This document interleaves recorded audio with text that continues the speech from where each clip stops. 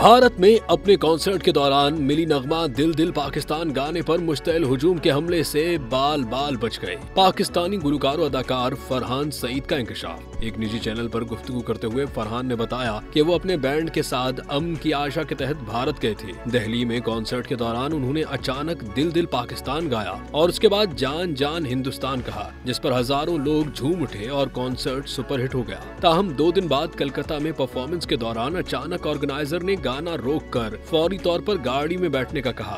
बाद में पता चला कि तकरीबन 300 से 400 अफराद मुश्तइल होकर उन्हें मारने के लिए इकट्ठे हो गए हैं। फरहान के मुताबिक ऑर्गेनाइजर नाराज था क्योंकि उन्हें लगा कि हमने जा जा हिंदुस्तान कहा था, हालांकि असल नारा जान जान हिंदुस्तान था। इस वाक़े के बाद फरहान ने फैसला किया कि वो आइंदा कॉन्सर्ट्स में ऐसे हसास नगमे एहतियात से पेश करेंगे।